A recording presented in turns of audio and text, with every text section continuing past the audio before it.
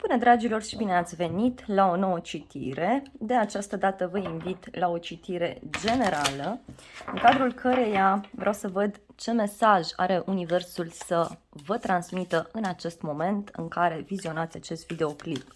Să vedem ce mesaj urgent are să vă transmită.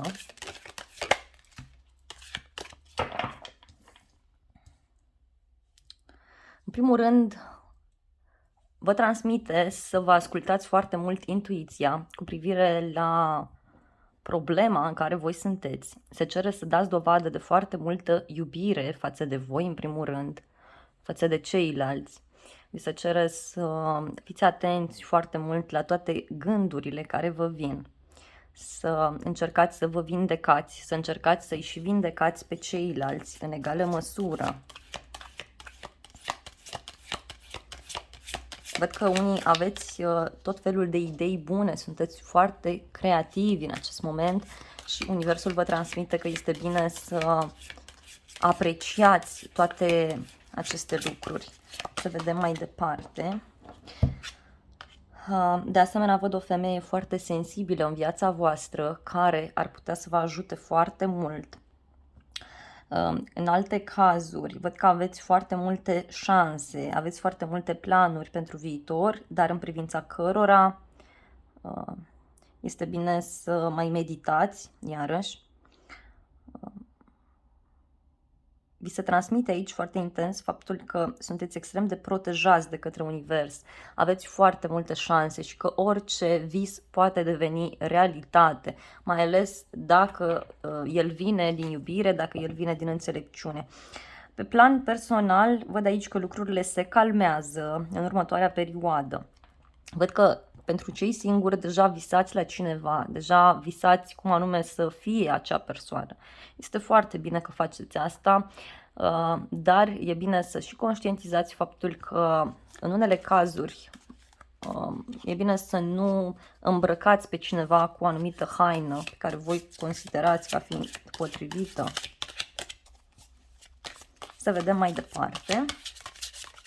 Vreau să sară singură cartea.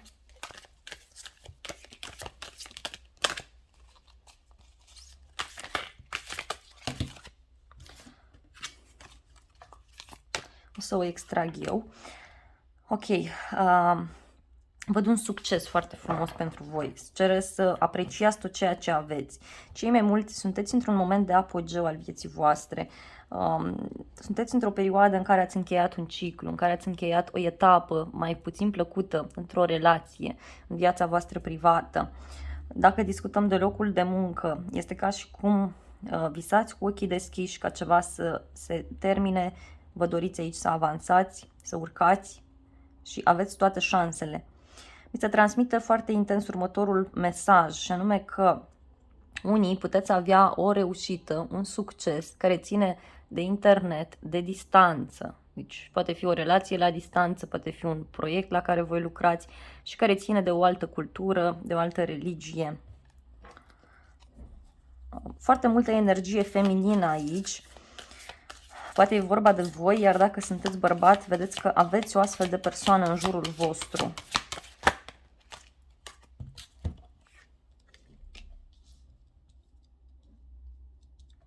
Un suflet pereche care apare aici în viața voastră. Se vede foarte clar acest aspect. Văd foarte multă înțelepciune și faptul că unii dintre voi, să știți că aveți ocazie acum să ajungeți la îndeplinirea țelurilor dumneavoastră.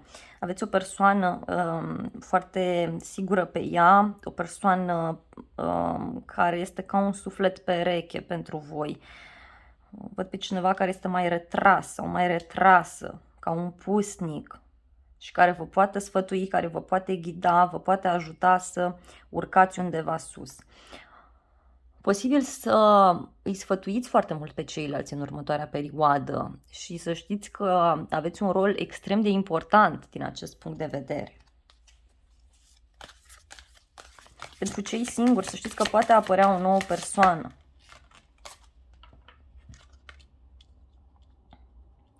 Văd ceva ce se decide aici, ceva ce se încheie, ceva ce ține de un divorț, de o despărțire sau, în alte cazuri, este vorba de o dreptate divină care vi se face, locul vostru care vi se cuvine, vi se oferă. Ați stabilit ceva într-o relație la o vreme de seară sau urmează să stabiliți ceva pe un termen mai lung.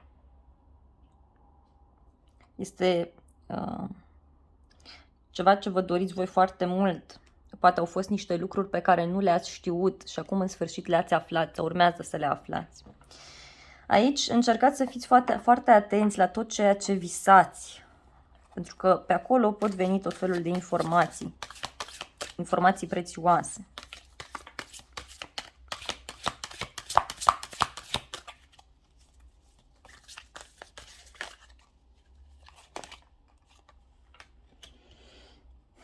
Wow, foarte frumos!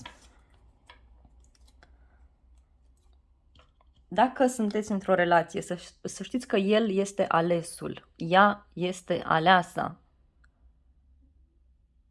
Văd multă pasiune, multă atracție. Alții vă doriți foarte mult pe cineva și, repet, aveți foarte mari șanse să întâlniți. Dar poate fi o persoană care are niște probleme de rezolvat cu niște acte sau mai văd aici o persoană care se află într-un apogeu, da? În planul carierei sale.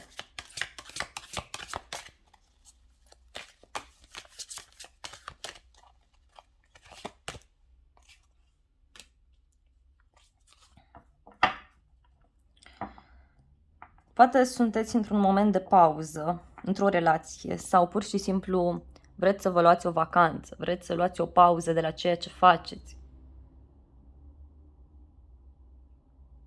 Văd o întâlnire cu persoane vechi, persoane din familie, poate persoane mai tinere.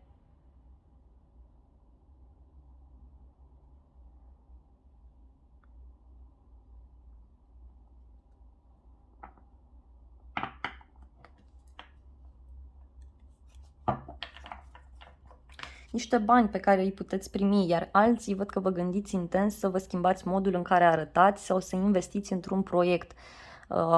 E ceva special pentru sufletul vostru și care vine cu un succes foarte mare, cu o victorie foarte mare pentru voi.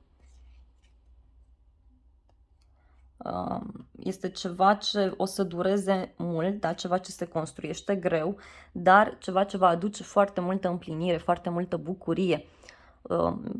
Într-o relație, iarăși văd că lucrurile se stabilizează aici, în următoarea perioadă. Parcă până acum, nu știu, ați văzut persoana respectivă ca fiind perfectă pentru voi, el sau ea v-a văzut așa, iar acum văd că ați avut, sau urmează să aveți alții o discuție clarificatoare, dar este ceva ce o să ducă relația într-o altă etapă, mult mai serioasă, mult mai frumoasă, mult mai stabilă în alte cazuri. Ok, foarte multă pasiune văd aici, foarte, foarte multe conversații pe care le puteți avea cu cineva.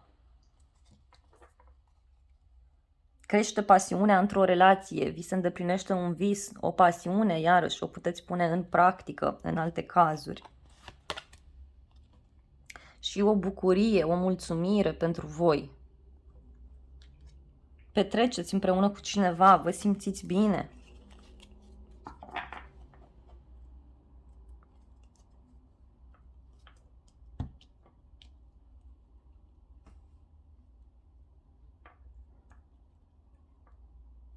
Parcă pur și simplu plutiți unii dintre voi, vă văd foarte mulțumiți într-o anumită situație și este posibil să doriți să stați puțin singuri, să vreți puțin să meditați, să mai analizați puțin situația în care sunteți. Văd aici că o să auziți sau poate unii vă pregătiți de o nuntă, da? Alții vă pregătiți de o despărțire, dar e ceva pașnic, e ceva frumos, ceva ce pur și simplu e scris în destinul vostru și dacă ați pus o întrebare pe un proiect sau Aveți ceva ce vă pasionează. Dragii mei, mergeți tot înainte pentru că lucrurile vor fi mult mai frumoase decât vă imaginați voi și veți ajunge mult mai sus față de cum visați. Asta dacă sunteți pregătiți să investiți foarte mult timp, foarte multă muncă și să vă dedicați acolo cu sufletul. Iar dacă discutăm de o relație, aici se vede foarte clar faptul că aceasta se îndreaptă către o zonă foarte, foarte pozitivă.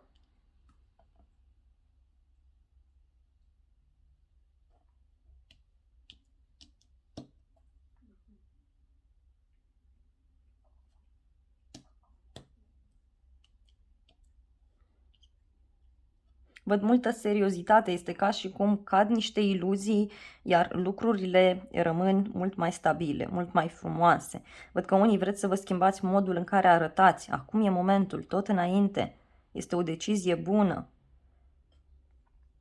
Dar aici, repet, dacă voi puneți foarte mult accent pe spiritualitatea voastră, dacă vă rugați mult, dacă meditați mult, dacă dați dovadă de pace, de iubire, de liniște față de voi, față de ceilalți, să știți că vi se îndeplinește acest vis mult mai repede decât vă imaginați.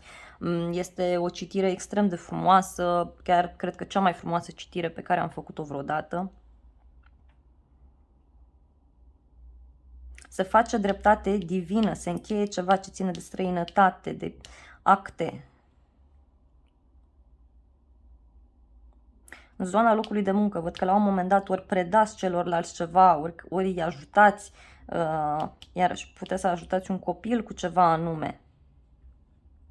Văd pe cineva care vă protejează, care este în stare de orice, vrea să vă aducă și luna de pe cer dacă se poate. Sau voi o să fiți într-un stadiu în care poate o să puteți să aduceți și luna de pe cer cuiva.